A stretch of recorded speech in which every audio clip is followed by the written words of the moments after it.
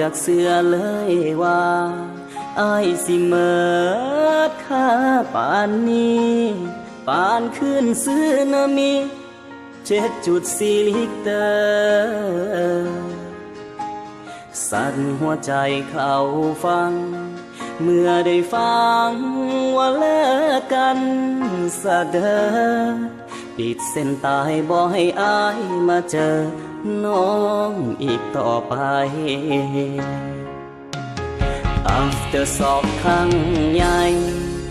ลงในใจอาย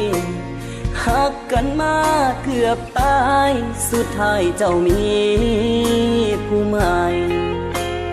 ปานเอามีดจ่อคอตัวประกันคืออายลมหายใจสุดท้ายน้ำตาไหลคามอง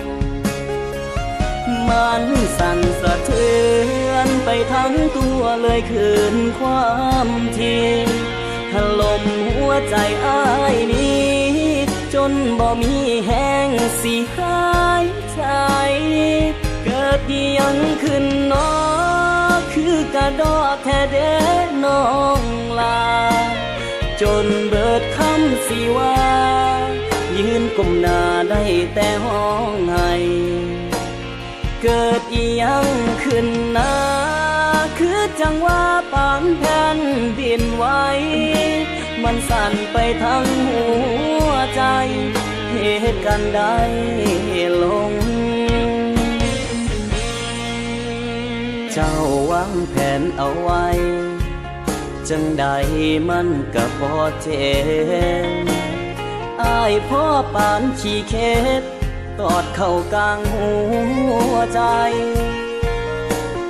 เป็นเพียงกระสอบทรายสิกันน้ำไหลได้จังใดบ่มีทางจะไปขวางใจเจ้าได้ดอกนา